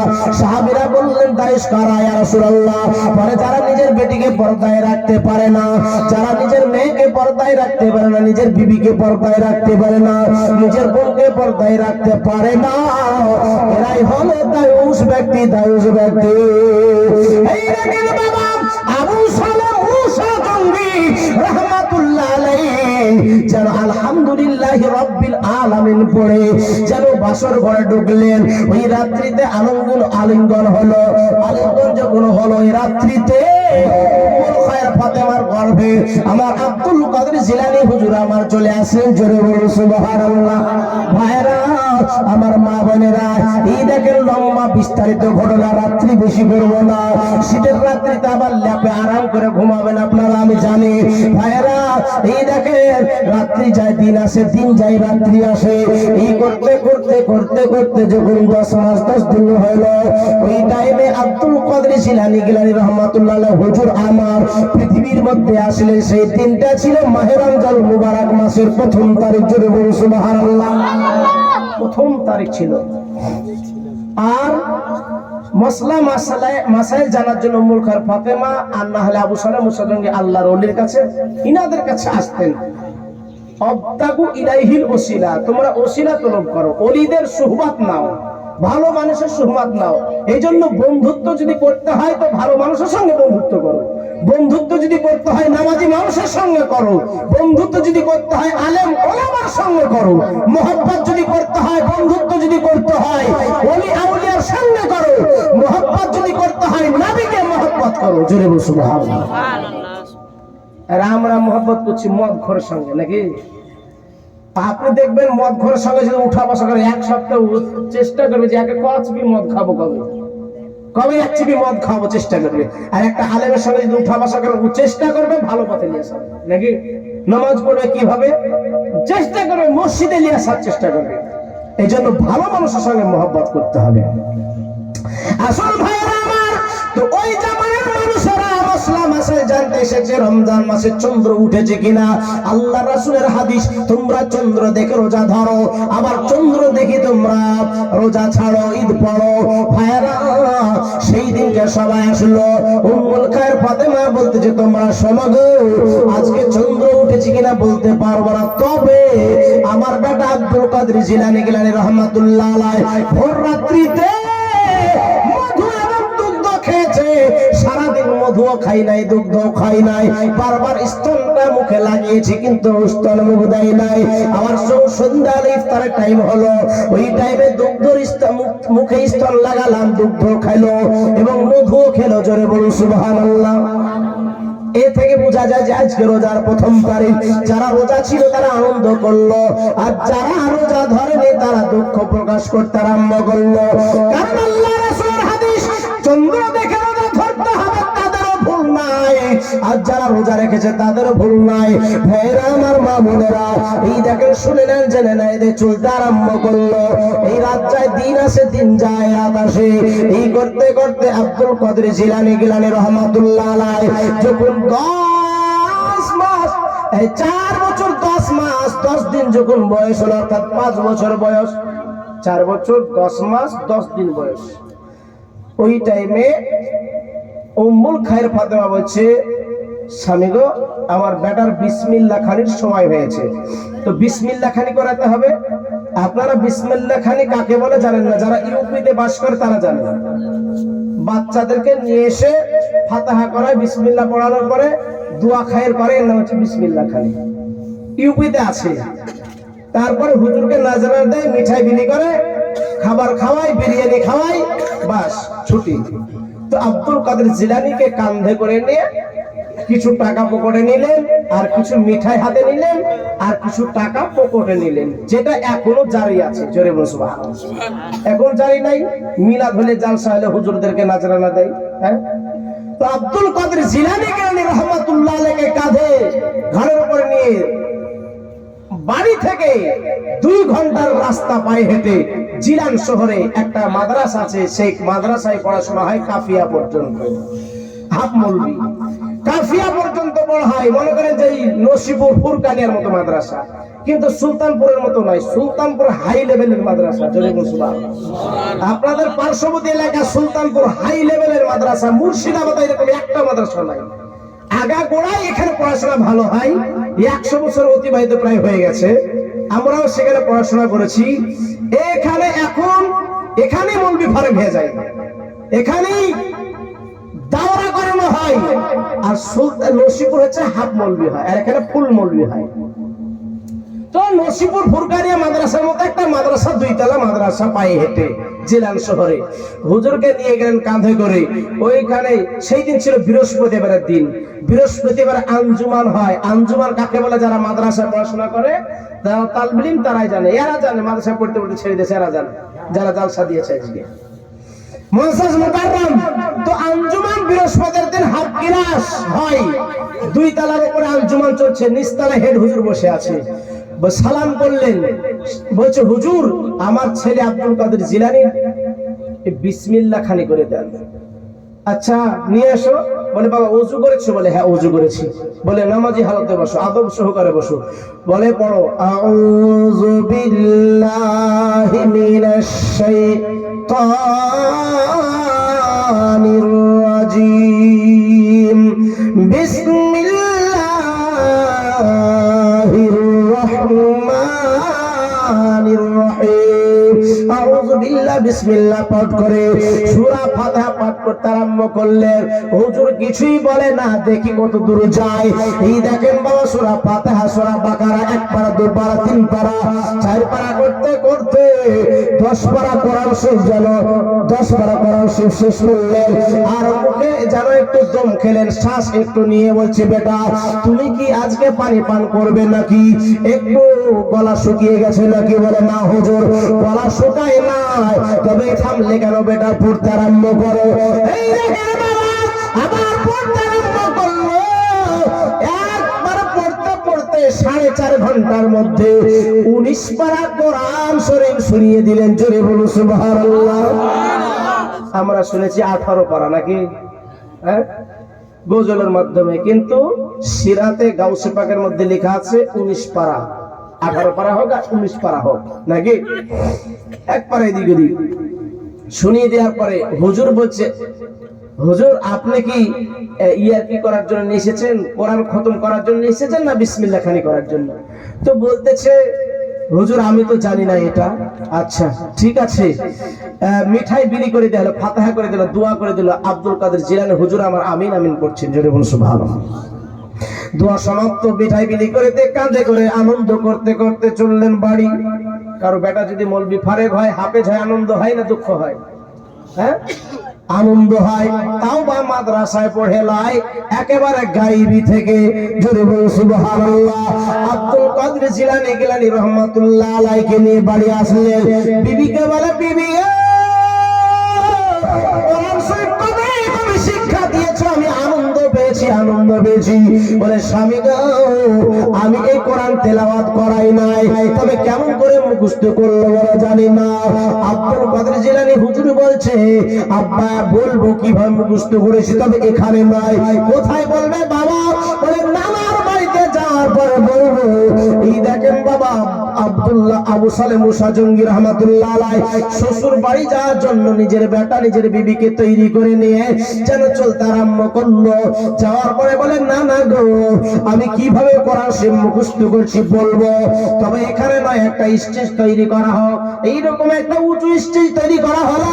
উঁচু স্টেজ তৈরি করার পরে সেইখানে সারা এলাকায় ডঙ্কা বাজিয়ে দেওয়া হলো, এলান করে দেওয়া হলো একটা পেট থেকে হাফেজ তৈরি হয়েছে, নাম বলে দেওয়া হলো। ওইখানে কি মানুষ গ্রামের আর থাকবে নাকি যে গায়েবী ভাবে মুখস্থ নাকি পেটের হাফেজ? হাজার হাজার মানুষ কোরআন তেলাওয়াত শোনার জন্য হাজির হয়ে গেল সেখানে। আব্দুল কাদের জিলানী গিলানী রহমাতুল্লাহ আলাইহি যেন কোরআন শরীফ পড়তে আরম্ভ করে 19 পারা কোরআন শরীফ মানুষের সম্মুখে শোনালো। সবাই পাগল পারা দিওয়ানা হয়ে আনন্দ হয়ে কোরআন শরীফ শুনলো, মন প্রাণ ভরে জোরে বল সুবহানাল্লাহ। কোরআন শরীফ শুনলো, বলে কিভাবে মুখস্থ করলেন হুজুর একবার বলুন। বলে তোমরা শোনো গো, আমি যখন মায়ের গর্ভে ছিলাম আমার মা জননী কোনদিন কোরআন শরীফ খতম না করে শোয়নি, জোরে বল সুবহানাল্লাহ। আমার মা জননী সমস্ত রকম যেন জিকির আজকার করে কোরআন তেলাওয়াত করে তাহাজ্জুদ পড়ে তারপরে বিছানাতে পিঠ লাগাতেন, কিন্তু আমার নিজের স্বামীর খেদমত কোনোদিন বলেন নাই। উম্মুল খায়র ফাতেমা রাদিয়াল্লাহু তাআলা আনহা এই দেখেন বাবা সারা জীবন প্রতিদিন কোরআন শরীফ পড়তেন, রাত্রিবেলা রাত্রি জেগে ইবাদত করতেন। আর মায়ের গর্ভে থাকতে থাকতে মা যেগুলি পড়তো আমি শুনে শুনে মুখস্থ করে নিয়েছি, জোরে বলুন সুবহানাল্লাহ। জগৎবাসী তোমরা শোনো, যদি আজকে আর কিছুদিন মায়ের গর্ভে থাকতাম একবারে মুকাম্মাল 30 পারা মুখস্থ করে পৃথিবীর জমিনে আসতাম, কিন্তু তা হলো না। আর আসার সময় পৃথিবীতে হয়ে গেছে, এই জন্য 30 পারা মুকাম্মাল করতে পারি নাই। আসার সময় হয়ে গেলে কিছুর করার নাই। আর এ ভাইরা আমার মা বোনেরা কিভাবে মুখস্থ করলে দেখো, এই জন্য গর্ভে যখন সন্তান আসে মা বোনদেরকে বেশি বেশি কোরআন তেলাওয়াত করতে হয়, বেশি বেশি করে যেন জিকির আজকার করতে হয়, বেশি বেশি করে তাসবিহ তাহলিল দরুদ শরীফ পাঠ করতে হয়, তার সন্তানটা নেক সন্তান হয়। আর আমরা গর্ভে সন্তান এসেছে ভালো লাগছে না, কি করবে? একবার মোবাইল জুড়ে দিয়েছে 100% লাগাও, হ্যাঁ ঝমক চলো গান জুড়ে দিয়েছে আর শুনছে। আচ্ছা বলেন তো, ও যদি শুনো তো ভিতরে যে মালটা ভরা আছে ও আবার এসে আল্লাহর ফেরেশতা হবে নাকি? না আল্লাহর ওলি হবে? হ্যাঁ, ও একবার বাইরে এসে ডান্স করবে হাতে যখন ডিজে বক্স বাজায়, ও মাজাল আছে। কতজনে দেখেছি রাস্তায় দেখতে বিয়ে হয়েছে তো কতদিন দেখেছি বিয়ের বাড়িতে ধুম ধাক্কা একবারে জমিন কাঁপিয়ে দিচ্ছে, এত বড় বড় বক্স বাজায় মনে হচ্ছে জমিন থরথর করে কাঁপতেছে। জমিন বলছে আমাকে কাঁপাচ্ছিস, কাঁপা, কত কাঁপাবি কাঁপা, তুই একবার মরিয়া দেয়া, তুই কবর আয় তোকে কিভাবে কাঁপাবো আমি তো খুন দেখে নিছি। হ্যাঁ বেরাদার ইসলাম মুআজ্জাজ সামানিক রাম, জমিন কাঁপানে আমার এই সিনাসিস ছেলেরা আজকে জমিন কাঁপানে ছেড়ে দিয়েছে। দোয়া করি আল্লাহ এদের গুনাহকে মাফ করে দিয়ে এদেরকে নামাজি বানিয়ে দেন, সকলে পড়ে আল্লাহুম্মা আমিন। এরা যেন আবার আগামীতে চাইতে বড় করে করতে হবে, সকলে পড়ে আল্লাহুম্মা আমিন। আব্দুল কাদের জিলানী গিলানী রহমাতুল্লাহ আলাইহি ওই জেলান শহরের মাদ্রাসা ভর্তি মুকাম্মাল বাকি হাফেজ হয়ে গেলেন, হুজুররা পাগড়ি পরিয়ে দিলেন, আবার মৌলবি লাইনে পড়তে আরম্ভ করলেন। কাফিয়া পর্যন্ত যখন পড়া শেষ হলো ওই টাইমে তিনার আব্বা ইন্তিকাল করলো 18 বছরের যুবক যখন হলেন। আচ্ছা বলেন তো, যদি মারা যায় তো কাঁধে কার ভার পড়ে? যুবকের ঘরে, নিজের বড় ছেলের ঘরে। আচ্ছা বলেন, যদি বাড়ির হেড মারা যায়, বাড়ির যদি মালিক মারা যায় তো কার কাঁধে সংসার পড়ে? হ্যাঁ, বড় ছেলে থাকলে বড় ছেলের কাঁধে পড়ে না? তো তিনার ওই হাফ মৌলবি হয়ে থেকে গেলেন, আর পড়তে যাওয়া হলো না। হাল চাষ করছে মাঠে, মাঠে হাল চাষ করছে, গরু ঘাড় বেঁকা করে পিছন দিকে তাকিয়ে বলতেছে হুজুর এ কাজ আপনার নয়, জোরে বলুন। কে বলছে? গরুর জবান খুলে দিয়ে আল্লাহ গরুতে বলছে হুজুর এ কাজ আপনার নয়, আপনার দ্বারা ইসলাম জিন্দা হবে, জোরে বলুন সুবহানাল্লাহ। আপনার দ্বারা ইসলাম জিন্দা হবে, আপনার ভক্তগণ তৈরি হবে, সারা পৃথিবীতে আপনার ডাঙ্কা বাজবে। বাড়ি চলে যান, বাড়ি যাওয়ার পরে মাদ্রাসায় চলে যান। আসার পরে বলছে মা গো, গরুতে এই ভাষায় কথা বলে, বলে বাবা আমারও ইচ্ছা তুমি বড় মাদ্রাসায় ভর্তি হবে, তুমি বড় আলেম, মুহাদ্দিস, মুহাক্কিক হবে। তোমার আব্বারও ইচ্ছা ছিল বেটা আমার যা হবে হবে, কিন্তু তোমাকে আর বাড়িতে রাখবো না। বাগো, আমার হুজুরেরা বলেছে নিজামিয়া নাকি বড় মাদ্রাসা বাগদাদ শহরে, ওইখানে ভর্তি হতে যাব। মা আমি কেমন করে যাব? বলে বেটা চিন্তার কোনো কারণ নাই, আজকে রাত্রি বেলাতে একটা কাফেলা যাবে, 40টা উটের কাফেলা, এই কাফেলার সঙ্গী হয়ে তুমি চলে যাবে বাবা। এই দেখেন বাবা, নিজের সন্তান আব্দুল কাদের জিলানী রহমাতুল্লাহ আলাইহি একটাই পাঞ্জাবি দিলেন, একটাই পায়জামা দিলেন। বলে বেটা আর পায়জামা পাঞ্জাবি দিতে পারলাম না, মৌলবি হলে তৈরি করে নিও। আর একটাই যেন জুতা দিলেন, খড়ম। খড়ম কিতাবে লেখা আছে জ্যাকসন জুতো যেরকম হয়, খড়ম দেখেছেন খড়ম, ওই টাইপের খড়ম, খড়ম টাইপের জুতো এক জোড়া দিলেন। আর একটা বাক্স দিলেন, বাক্স। বেটা এগুলি দিলাম, আর কিছু দিতে পারলাম না। আর আবু সালেহ মুসা জঙ্গি যখন ইন্তিকাল করেন, ওই সময়তে 40টা আশরাফ, এই 100টা আশরাফ রেখে গিয়েছিলেন, 100টা সোনার পয়সা রেখে গিয়েছিলেন। যদি স্বামী মারা যায় স্ত্রী ক আনা পায়? ক আনা পায়?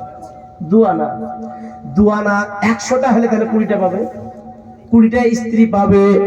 উম্মুল খায়ের ফাতেমা 20টা নিলেন, আর 40টা যেন আব্দুল কাদের জিলানী রহমাতুল্লাহ আলাইহি দিলেন।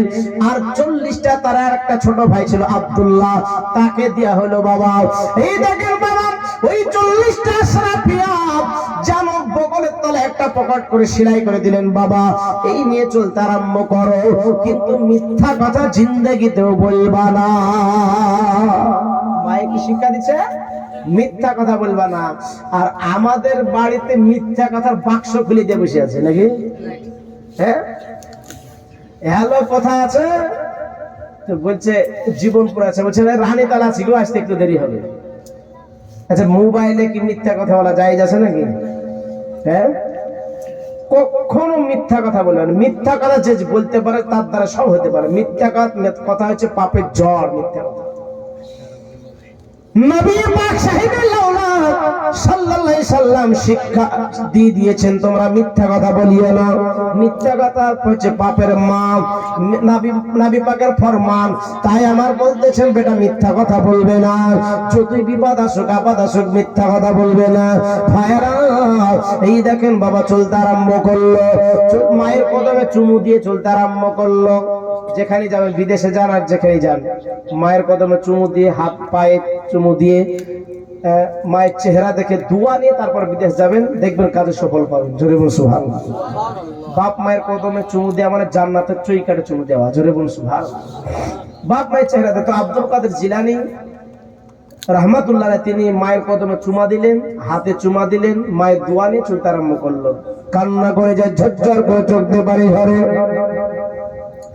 ও ভাইরা, আমার মা বোনেরা, এই দেখেন বাবা বাড়ি থেকে 2 কিলোমিটার হেঁটে রাস্তা, রাস্তার ধারে একটা খেজুর গাছ আছে। ওই খেজুর গাছের নিচে বসলেন, বসার পরে অপেক্ষা করতেছেন কখন আসবে, কখন আসবে। ভাইরা এই দেখেন যেন এশার নামাজের টাইম হয়ে গেল। এশার নামাজটা পড়লেন, এশার নামাজ পড়তে গিয়ে দেখতেছে কাফেলা কখন যেন চলে গেছে। আবার ধুলোবাড়ি উঠতেছে। নামাজ সমাপ্ত করার পরে চলতে আরম্ভ করলো। চলতে চলতে তাদের সাথ ধরে নিল। ওই কাফেলার মানুষেরা বলতেছে এটা কি আমাদের দলের সন্তান নাকি, আমাদের দলের ছেলে নাকি? বলে না না। কেউ বলছে উটের উপর তুলে নেই, কেউ বলছে না তোলা হবে না, তোলা হবে না। আহারে তাদের দিলটা এত আপনার শক্ত ছিল, তারা কেউ নিল না। হাঁটতে হাঁটতে 100 কিলোমিটার অতিক্রম করে গেল। 100 কিলোমিটার যাওয়ার পরে তারা আরেস্ট করার জন্য এক জায়গায় যেন বিশ্রাম নিতেছে। আর আব্দুল কাদের জিলানী রহমাতুল্লাহ আলাইহি শরীর ঘেমে থুপথুপে হয়ে গেছে। ওই জামাটা খোলার পরে এইভাবে যেন চিপতে আরম্ভ করলো। ঘামগুলো পানি যেভাবে জামা কাচলে চিপলে পানি পড়ে, ওই রকম ভাবে যেন ঘাম ঝরতেছে। ভাইরা আব্দুল কাদের জিলানী রহমাতুল্লাহ আলাইহি হুজুর আমার এত ক্লান্ত হয়েছেন, এত ক্লান্ত হয়েছে, অশান্ত হয়েছে, যেন তন্দ্রা এসে গেছে, ঘুম চলে এসেছে। যখন ঘুম চলে আসলো, তারা কখন যেন চলতে আরম্ভ করেছে। ডাকেনি, ওকে ডাকা হবে না, ডাকেনি, চলতে আরম্ভ করলো। চলতে চলতে কমবেশ 200 কিলোমিটার, এখান থেকে কলকাতা বাগদাদ শহর, 200 কিলোমিটার যেতে যে একটা রাস্তাতে এমন একটা বিপদ আসলো, ডাকাতেরা হামলা করলো। ডাকাতেরা হামলা যখন করলো, কেউ পেট ধরে চলছে, কেউ মাথা ধরে চলতেছে, তো আব্দুল কাদের জিলানী বলতেছেন, কি বাবা তোমাদের কি হয়েছে? বলে ডাকাতের হামলা হয়েছে। আব্দুল কাদের জিলানী রহমাতুল্লাহ দাঁড়িয়ে দাঁড়িয়ে দাঁড়িয়ে দেখতেছেন তারা সমস্ত ধন দৌলত লুটপাট করে এক গোল করে এক জায়গায় ভাগ বাটোয়ারা চলতেছে। আর একজন ডাকাতের সর্দার বলতে চায়, ওই ছেলেটাকে সাজ করা হয়েছে। বলে সাজ করেছি হুজুর, কিন্তু তার কাছে কিছু পাইনি। সে বলছে আমার কাছে 40টা আশরাফি আছে। মানে ডাক্তারকে ডেকে আনা হলো। বলেন এই ছেলে তোমার কাছে সত্যি 40টা আশরাফি আছে? বলে হ্যাঁ। কোথায় আছে? বগলে। দেখি। ফড়ফড় করে ফেড়ে ঝরঝর করে ওই আশরাফিয়া নিজে পড়ে গেল। বলে তোমরা আমার জামাটা কেন ছিঁড়ে ফেললে? তোমরা বললে তো আমি দিয়ে দিতাম, একটাই আমার জামা, আমি এখন জামা কোথায় পাবো? বলে আচ্ছা বলো আগে তুমি মিথ্যা কথাটা কেন বললে না, তুমি সত্য কথা কেন বললে? বলে এটা আমার মা জননী শিখিয়ে দিয়েছেন, নবীজির ফরমান। জোরে বল সুবহানাল্লাহ। আমি মিথ্যা কথা বলতে রাজি নয়। ঝরঝর করে ডাকাতের চোখ দিয়ে পানি ঝরতে আমাদের এই পথে থাকার দরকার ছিল ভাই বাবা জীবনের আমার। এবার কি করলো? ওই ডাকাতের সর্দার বলছে আর কোনদিন ডাকাতি করব না, ডাকাতি চিরতরে ছেড়ে দিলাম, আর কোনদিন ডাকাতি করব না। ওই ডাকাতের দলেরা বলতেছে আপনি আমাদেরকে ডাকাতি করা শিখিয়েছেন, আমরা কেন থাকবো, আমরাও ডাকাতি ছেড়ে দিলাম। আব্দুল কাদের জিলানীর হাতে হাত দিয়ে মুড়ি হয়ে গেছে। ছাত্র জামানাতি মুড়ি বাহার করে দিলেন। পরবর্তীতে আর ওই 40 জন ব্যক্তি বিখ্যাত আল্লাহর ওলি হয়ে গেছে। বলার উদ্দেশ্য একটাই যে তারা একদিন ডাকাতি করেছে, চুরি করে বেরিয়েছে, তারা গুনাহগার ছিল, কিন্তু তওবা করে একদিন আল্লাহর ওলি হয়ে গেছে। তো আমরা যে এই সব খারাপ কাজগুলো করে বেড়াই, এই যুবক ছেলেরা আজকে এই জালসার ব্যবস্থা করেছে, আজকে ভালো কাজে যুক্ত হয়েছে, খারাপ কাজকে ত্যাগ করে ছেড়ে দিয়ে তারা নেকির কাজ করেছে না করেনি? নেকির কাজ করেছে, ভালো কাজ করেছে। তো আব্দুল কাদের জিলানী রাহমাতুল্লাহ আলাইহি বলেছেন তোমরা শোনো, যার যা মাল লুট করেছো তোমরা ফেরত দিয়ে দাও, আর যাদের মাথা ফাটিয়েছো, কারো কোপ মেরে পেট ফাঁসিয়ে দিয়েছো, তাদের চিকিৎসার ব্যবস্থা করো। আর আমাকে এক কাজ করো, ওই বাগদা শহরে নিজামিয়া মাদ্রাসায় তোমরা পৌঁছে দাও। বলে হুজুর এইখানে আপনি কিছুদিন রুকে যান আর আমাদেরকে কিছু শিক্ষা দিয়ে যান। আমার আব্দুল কাদের জিলানী রাহমাতুল্লাহ আলাইহি ওইখানে কিছুদিন রুকে গেলেন। ওই ব্যক্তিদেরকে শিক্ষা দিয়ে তারপরে ওইখান থেকে বাগদা শহর নিজামিয়া মাদ্রাসায় ভর্তি হলো। ওইখানে পড়াশোনা করার পরে আলেম, হাফেজ, কারি, মুহাদ্দিস, মুহাক্কিক, বড় আলেম হলে, বড় আলেম হওয়ার পরে আব্দুল কাদের জিলানী রাহমাতুল্লাহ আলাইহি একদিন জুম্মা মসজিদে যেন রয়েছেন ভক্তগণ, বলছে হুজুর আপনি এত বড় আল্লাহর ওলি, ওলিগুলোর শিরোমণি, ওলিগুলোর সর্দার, আপনি এত বড় আল্লাহ ওয়ালা, এত বড় আলেম ব্যক্তি, হুজুর একটু আমাদের একটু ওসিয়ত করুন, আমাদেরকে একটু ওসিয়ত করে শোনান। বলছে আমি ওয়াজ করতে পারবো না, আমি ওয়াজ তোমাদেরকে শোনাতে পারবো না। দেখবেন নতুন যখন আলেম ফারেক হয়, যখন নতুন মাইকেতে মুখ লাগায়, চোখ মুখ দিয়ে আপনার যারা ঘাম ঝরে ঝরে পড়ে, গোটা শরীর ঘেমে থুপথুপে হয়ে যায়। প্রথম যখন মাইকেতে মুখ লাগায়, না একদিনে বক্তা হয়ে গেছে মৌলভী আলী হোসেন, হ্যাঁ একদিনে বক্তা হয়েছে।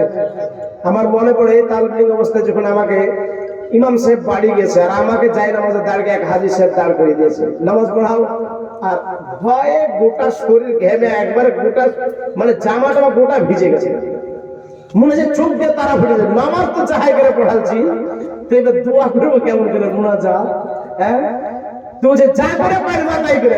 তো প্রথম যখন যাই নামাজে তাকে জিজ্ঞাসা করে তার অবস্থা কি হয়েছে, বক্তা একদিন হয় না।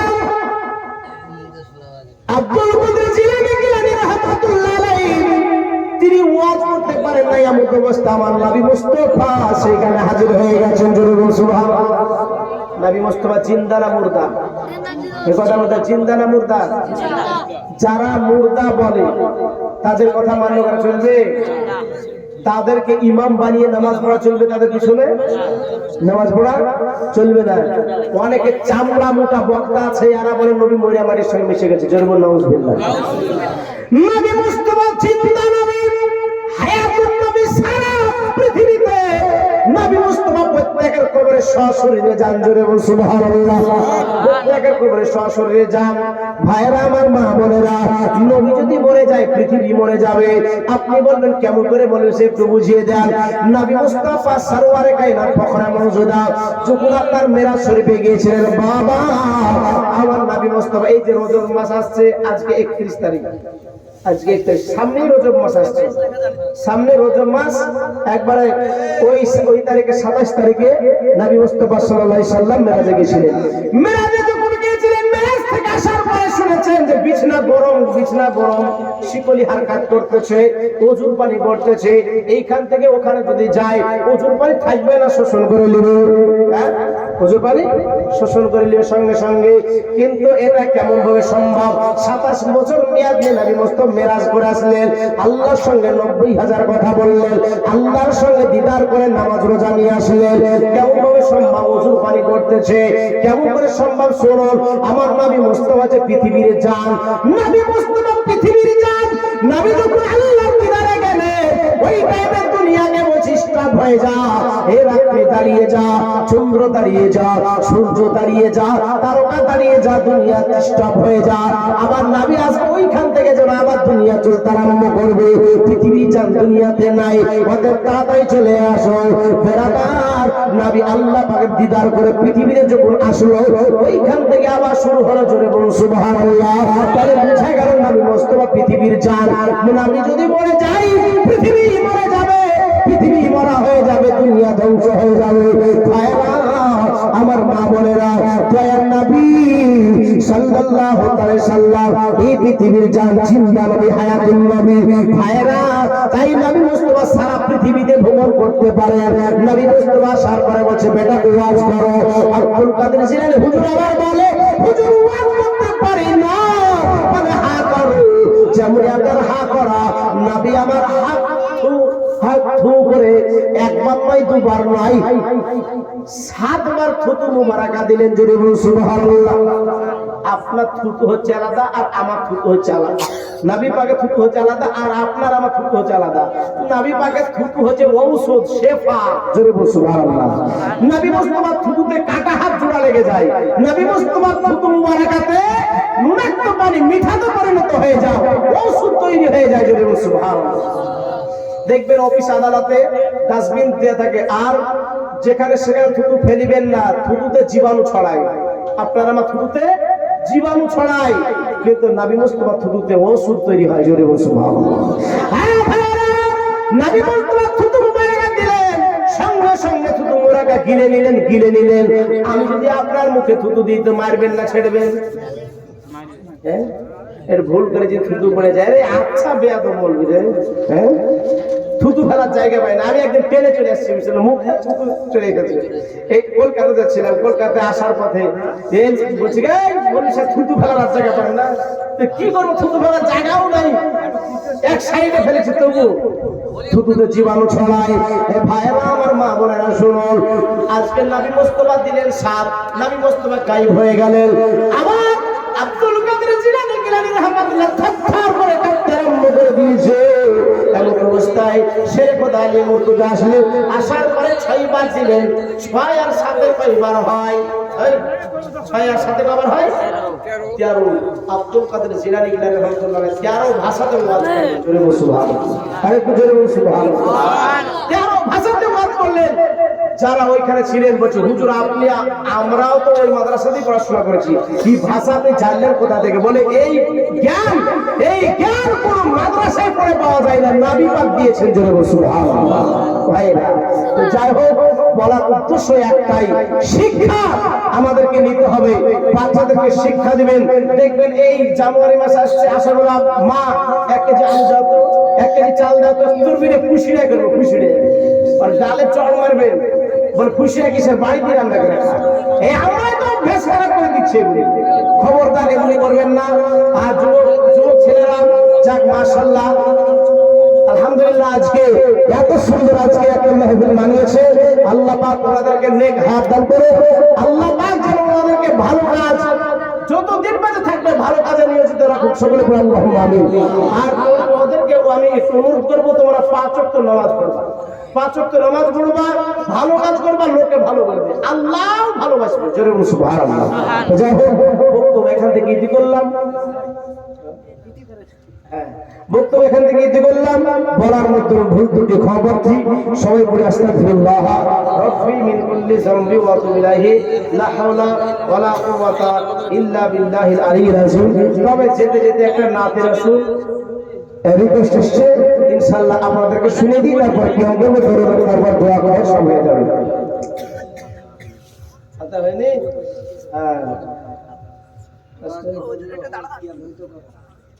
ঠিক আছে। নবীজি রহমতের ভান্ডার গো, নবীজি রহমতের ভান্ডার গো, তুলনা নাই দুনিয়ায় যাহার গো। নবীজি রহমতের ভান্ডার গো, তুলনা নাই দুনিয়ায় যাহার গো। হয়ে যাও নবীজির দিওয়ানা, নবীকে ভালোবাসতে ভুলো না। নবীজিকে ভালোবাসতে ভুলো না, হয়ে যাও নবীর দিওয়ানা, নবীকে ভালোবাসতে ভুলো না। নবীজি হাবিব আল্লাহর গো, জোরে বলুন সুবহানাল্লাহ। নবীজি হাবিব আল্লাহর গো, ভুলো না নাই দুনিয়ায় যাহার গো। নবীজি রহমতের ভান্ডার গো, ভুলো না নাই দুনিয়ায় যাহার গো। বেলাল ছিলেন নবীর দিওয়ানা, তাই তার জান্নাত হলো ঠিকানা। বেলাল ছিলেন নবীর দিওয়ানা, তাই তার জান্নাত হলো ঠিকানা। এই কথাকে হুই কাটতে পারবে না, বলেছেন মোদের শাহে মদিনা। বলেছেন মোদের শাহে মদিনা। নবীজি রহমতের ভান্ডার গো, তুলনা নাই দুনিয়ায় যাহার গো। নবী মুস্তাফা একদিন রাস্তা দিয়ে হাঁটছে, ওই যে হরিণের কথাটা শুনেননি? হরিণী বাঁধা ছিল এক গাছের তলায় গো, ওইদিকে লক্ষ্য করে বলছে, একদিন নবী যাচ্ছে রাস্তায় হেঁটে, হরিণী বলেন নবীকে দেখে, ছেড়ে দেন বাচ্চা বানাহার গো। জোরে বলুন সুবহানাল্লাহ। ছেড়ে দেন বাচ্চা বানাহার গো, তুলনা নাই দুনিয়ায় আপনার গো।